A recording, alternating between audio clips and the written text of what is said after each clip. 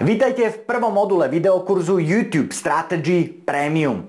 Celý tento prémiový kurz vychádza a nadväzuje na e-book YouTube Strategy. Pripomeňme si teda na začiatok v rýchlosti tie základné princípy a kroky, ktoré sme si spoločne v tomto e-booku prešli. Ak ste náhodou tento e-book YouTube Strategy ešte nečítali, tak dole pod videom nájdete link, stiahnite si ho, prečítajte si ho a ja verím, že v rámci tohto prvého modulu nás veľmi rýchlo dobehnete. Poďme si teda pripomenúť 3 konkrétne kroky, ktoré vám pomôžu k tomu, aby sa vaše posolstvo čo najefektívnejšie rozšírilo do sveta práve vďaka videu. Poďme na to.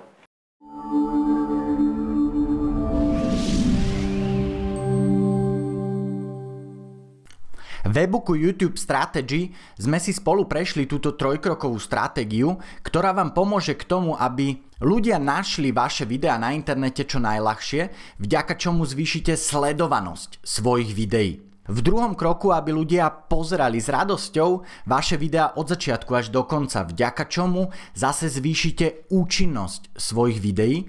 No a v treťom kroku, aby ľudia vykonali akciu, ktorá smeruje k naplneniu vášho konkrétneho strategického cieľa, vďaka čomu zase viete dosahovať konkrétne výsledky, ktoré od svojich videí očakávate. Či už je to zvýšenie návštevnosti svojho webu alebo zvýšenie predaja, prípadne získanie e-mailovej adresy od svojich divákov, alebo väčšie zapojenie komunity ľudí okolo svojho produktu, služby alebo myšlienky. Prečo vlastne potrebujeme takúto nejakú stratégiu na YouTube? Odpoveď je jednoduchá. V dnešnej dobe čím ďalej viac a viac ľudí, firiem aj značiek tvoria svoje videá na YouTube. Začínajú s veľkým nadšením, ale potom častokrát naražajú na 3 veľké problémy. Prvý problém, že ich videá nemajú skoro žiadnu sledovanosť. Faktom je, že väčšina videí na YouTube nedosiahne v rámci jedného roka ani 100 pozretí.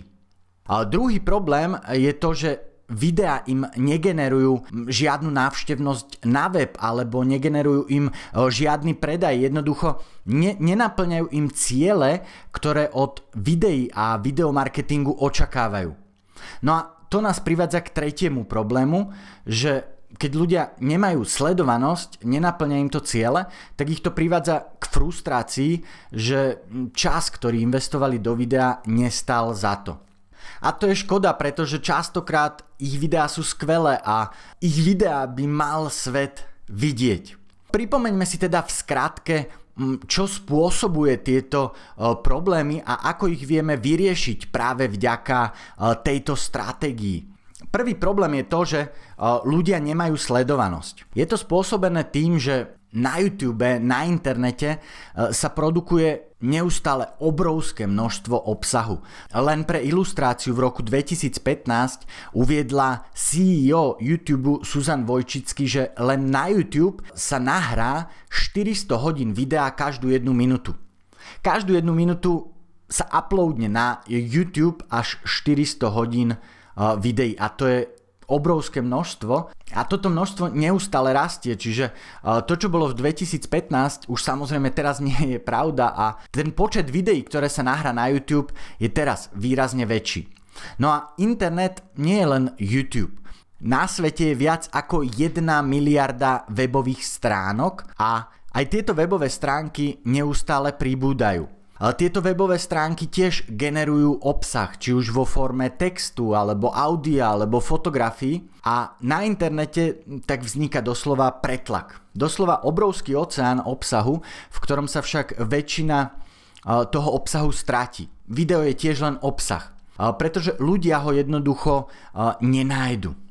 A z toho dôvodu sa v rámci tejto stratégie zameriame na to, aby ľudia vaše videá našli, aby vaše videá boli v tomto oceáne, v tomto oceáne obsahu čo najlepšie viditeľné.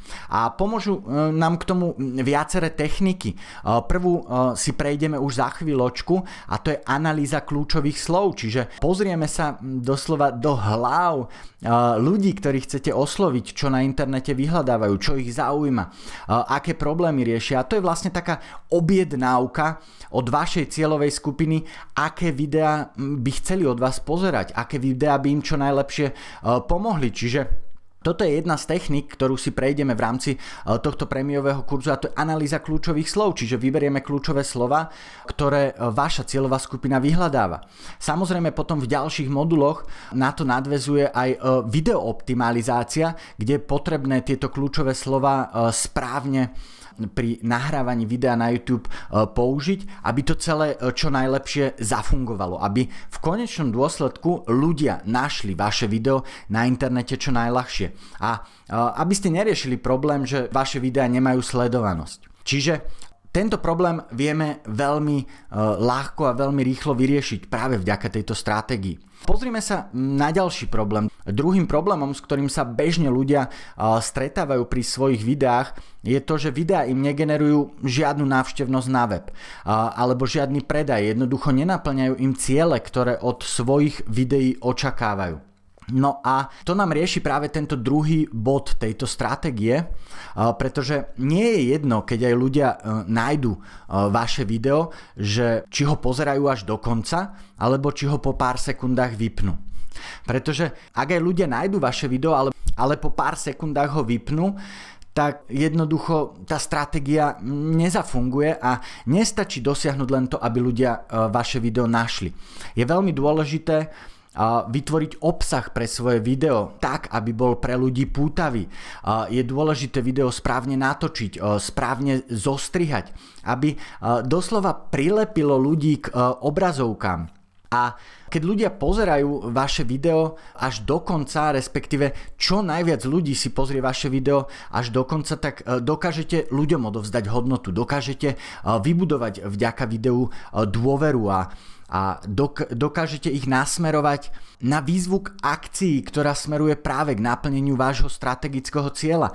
A tá výzva k akcii môže byť, že ľudí nasmerujete na svoj web, čiže zvýšite návštevnosť svojho webu, alebo nasmerujete svojich divákov priamo na nejakú predajnú stránku. Ukážeme si tiež konkrétne príklady v rámci tohto videokurzu, čo vám pomôže zvýšiť predaj svojich produktov alebo služieb. Čiže v tomto druhom kroku je veľmi dôležité, aby ľudia pozerali vaše video od začiatku až do konca. A preto sa v rámci tohto prémiového kurzu intenzívne budeme zameriavať aj na toto. Čiže to nás privádza ku kroku číslo 3, kde v závere by mali diváci vykonať nejakú akciu, ku ktorej by ste ich mali pozvať. No a toto je veľmi veľký problém u veľmi veľa videí, že drvivá väčšina videí nemá výzvu k akcii. A to je škoda, pretože osobne si myslím, že výzva k akcii je veľmi dôležitou súčasťou videa, pretože vám výrazne pomáha k tomu, aby ste svojich divákov zo svojho videa nasmerovali práve k svojmu strategickému cieľu, čiže posunuli vďaka svojmu videu ďalej. Tiež už v ďalšom videu v rámci tohto modulu sa pozrieme na to, ako si správne určiť svoj strategický cieľ, aby ste mohli dosahovať výsledky, ktoré od videa a videomarketingu očakávate. Čiže toto sú 3 kroky, trojkroková videomarketingová stratégia, ktorá vám pomôže k tomu, aby ľudia vaše video našli. Čiže aby ste zvýšili sledovanosť svojich videí. Aby ľudia pozerali s radosťou vaše video od začiatku až do konca, vďaka čomu zase zvýšite účinnosť svojich videí. No a na záver, aby vykonali akciu, ktorá smeruje k naplneniu vášho strategického cieľa. Čiže celý tento prémiový videokurs vychádza práve z tejto trojkrokovej videomarketingovej stratégie, ktorú si postupne v rámci tohto kurzu zložíme. V rámci tohto prvého modulu sa teda zameriame na analýzu kľúčových slov, ktorá prioritne rieši ten prvý bod, aby ľudia našli vaše video čo najľahšie, a takisto sa zameráme na to, aby ste si určili svoj strategický cieľ, pretože je to prvá vec, ktorú vôbec treba urobiť ešte predtým, ako začnete tvoriť svoje vlastné videá, že čo od svojich videí očakávate, čo chcete, aké ciele, aby vám pomáhali naplňať. Takže týmto sme si pripomenuli trojkrokovú videomarketingovú stratégiu, ktorú detailnejšie tiež popisujem v e-booku YouTube Strategy. Pomenovali sme si tie základné problémy, s ktorým sa väčšina tvorcov videí stretáva, ako sa dajú riešiť, a tie konkrétne riešenia a tie konkrétne postupy si ukážeme prakticky priamo v tomto prémiovom kurze.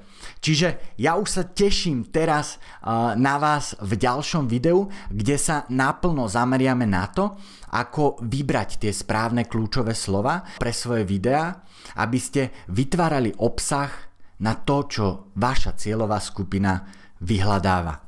Teším sa na vás v ďalšom videu.